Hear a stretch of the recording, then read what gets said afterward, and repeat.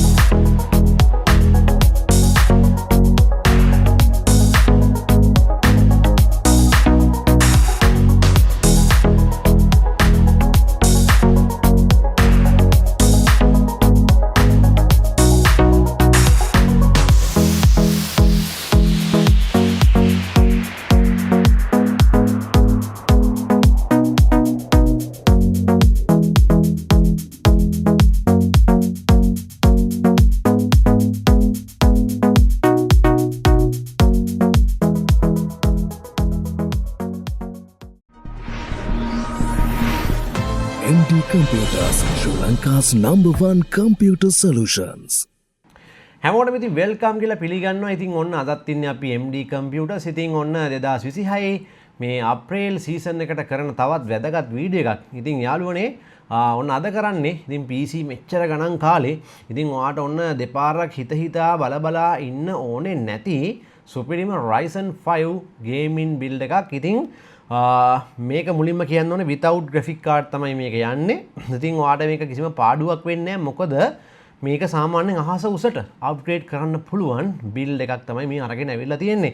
ඉතින් මේ බිල්ඩ් එක කරන ඔයාටත් ඔන්න පුළුවන් MD Computers එකෙන් දෙන unlimited 50,000 අවුරුදු offer එක අත්විඳින්න. පාර සිංහල හින්දු අලුත් අවුරුද්දට MD Computers අපෙන් බිල්ඩ් කරන ලක්ෂණ වැඩි ඕනම PC බිල්ඩ් එකකට වගේම ලක්ෂණ අඩු හැබැයි graphic card එක ඉන්ක්ලූඩ් කරලා කරන PC බිල්ඩ් වලට ඩොට් challenge එක අපි මේ පාරත් අරගෙන අවිලා තියෙනවා. අපි බලමු මේ පාර මොනවද ලබා ගන්න පුළුවන් offers කියලා. ඩාට් එකේ 4 වෙනි සැකලේ TF200 combo pack එක ඩාට් එකේ 3 වෙනි එකට වැදුනොත් HQ53 මොඩල් එකේ ගේමින් headset එක ඩාට් එකේ දෙවෙනි සැකලේ වැදුනොත් JEDEL brand එකේ CP02 මොඩල් එකේ ගේමින් combo pack එකක් වගේම ඩාට් එකේ පළවෙනි සැකලේ වැදුනොත් රුපියල් 50,000 cash back එකක් MD Computers අපෙන් ලබා ගන්න පුළුවන්. මේ රුපියල් 50,000 cash back එක එක්කෙනෙක්ට නන් නෙවෙයි. මේ මාසේ 10 වෙනිදා වෙනකම් PC build කරන ඕනම කෙනෙක්ට unlimited ලබා ගැනීමේ හැකියාව තියෙනවා. ඉතින් ඔයාලට බොහොම සරලව පැහැදිලිව තේරුම් ගන්න ඇති මොකක්ද වැඩේ කියලා. ඉතින් unlimited කියන්නේ අපි හිතමුකෝ ඇවිල්ලා 10 දෙනෙක් මේ challenge එක බාර අරගෙන ගෙලින්ම හරි ඉලක්කයට ගැහුවා කියලා 50 10ක් එවෙලෙම දෙනවා 10ක් නෙමෙයි ඉතින් ගාන යාට දෙනවා. ඉතින් ගිය පාර නම් සාමාන්‍යයෙන් අපි දුන්නේ මට මතක විදිහට 25000ක challenge එකක්. ඉතින් ඒක ජයග්‍රාහකයෝ දෙන්නෙක් විතරයි ගත්තේ PC builds 50 ගානක් අතරින්. ඒ කියන්නේ අවුරුදු සීසන් එකේ අපි ඕපන් කරලා තිබිච්ච කාලේ අතරතුර සාමාන්‍යයෙන් දෙන්නෙක් වගේ තමයි වින් කරේ. පරිම ටැලන්ට් එකක් තියෙන්න ඕනේ. ඉතින් ඇත්තටම කිව්වොත් එහෙම මොක හරි තැනට එල්ල ගන්න. ඉතින් මෙදා පාරත් ඒ විදියටම තමයි ඒක හදලා තියෙන්නේ. ඉතින් ඔයාලගේ දක්ෂතාවය මත ෂොට් එක දෙන්න තමයි තියෙන්නේ. කෙලිම 50000ක් අතේ. ඉතින් මේ බිල්ඩ් එක ගැන කතා කරද්දී ආවල මේක Ryzen 5 4600G තමයි හදලා තියෙන්නේ. සාමාන්‍යයෙන් 5600G පොඩ්ඩක් ස්ටොක් එකේ හොයාගන්න නැහැ. ඒ වගේම GT එක මීටර ටිකක් ගණන්. ඒ නිසා 4600G එක තමයි අපි හැදුවේ. ඉතින් ඔයාලට කැමති දෙයක් වෙනස් කරගන්න. මේ බිල්ඩ් එක ඕන තරම් වෙනස් කරන්න කිසිම ප්‍රශ්නයක් නැහැ. ඔයාලට offer එක අපේ challenge එක හම්බ වෙනවා. ඉතින් 4600G එකේ tray processor එක තමයි යන්නේ. ඉතින් මේක full brand new. ඉතින් මෙතනදී අර box processor එන්නේ නැහැ. දැන් ගොඩක් tray තමයි ලංකාවට එන්නේ. මොකද ඉතින් අපි දන්නවනේ. හරි economically අතින් හරි economic අතින් හරි දන්නවනේ අඩු කට්ටියක් අඩු ආදායම් ලාභී කට්ටියනේ ගොඩක් ඉන්නේ. නිසා රුපියල් 5000 හරි ඉතින් වටිනවා. ඉතින් ඔන්න මේක තමයි use කරන්නේ. ඊළඟට ඔන්න මේකට high frost P400 මෙන්න මේ CPU cool එක use වෙනවා. ඉතින් මේක use කරලා තියෙන තව ඔය upgrade වලට යනවා නම් ඉතින් Ryzen 7 AM4 socket එකේ ඕනම processor එකක් ගන්න පුළුවන්. Ryzen 9 එකක් වෙනකල් ඉතින් මේක හොඳයි. ඉතින් මේක තමයි මේකට use කරන්නේ. motherboard එක MSI Pro series එකේ A520M A Pro motherboard එක RAM slot දෙකක්. M.2 NVMe slot එකක් වගේම සාට 4ක් include වෙන basic motherboard එක ඔයාට අතේ budget තියෙනවා නම් 550 කට යන්න. හැබැයි ඉතින් පොඩ්ඩක් අර මේ වගේ එකක් budget නේ හදන්නේ ගොඩක් කට්ටිය. ඉතින් ඒ නිසා මේක තමයි ඉතින් හැමෝගෙම choice එක. RAM එක විදිහට මෙන්න මේ DDR4 16GB RAM එකක් දාන්න. හැබැයි මේක use ඉතින් මම brand build එක brand new කිව්ව යාළුවනේ. ඉතින් අර මෙතනදී මේ RAM එක විතරයි use වෙන්නේ. RAM එක විතරක් use වෙන්නේ. හේතුව ඔයා දන්නවා මම අමුතින් කියන්න ඕනේ නැහැ. මොකද DDR4 16GB brand new RAM එකක් ගෙහුවා නම් සාමාන්‍යයෙන් Corsair වගේ brand එකකින් රුපියල් 50000ක් විතර එනවා. ඒ නිසා අපි මේක use තමයි මෙතනදී දාන්නේ. ඉතින් මේ use 16GB RAM එක මෙතනදී අපි භාවිත කරන මේ build එකට ඔයාට අවශ්‍ය නම් 8GB දෙකක් ගහ ගන්න පුළුවන් brand new. සාමාන්‍යයෙන් 8GB brand new ගන්නත් බෑරුනේ. 20000ක් විතර එනවා. ඉතින් සමහර brand අනුව. ඉතින් ඊළඟට මේ graphic card එක use වෙන්නේ නැහැ. ඒ නිසා අපි මෙන්න මේ GameDeas Aura GP450 තමයි use කරන්නේ අපේ power supply එක විදිහට. මොකද ලොකු power එකක් මෙතනදී exchange වෙන්නේ නැහැ මේ build එක ඇතුලේ. ඉතින් ඒ නිසා මේකත් ප්‍රමාණවත් වැඩි. ඇත්තනම් watt 300ක එකක් තිබ්බත් ඇති සාමාන්‍යයෙන් පොඩි supply එකක්. ඉතින් මේක අපි use කරනවා.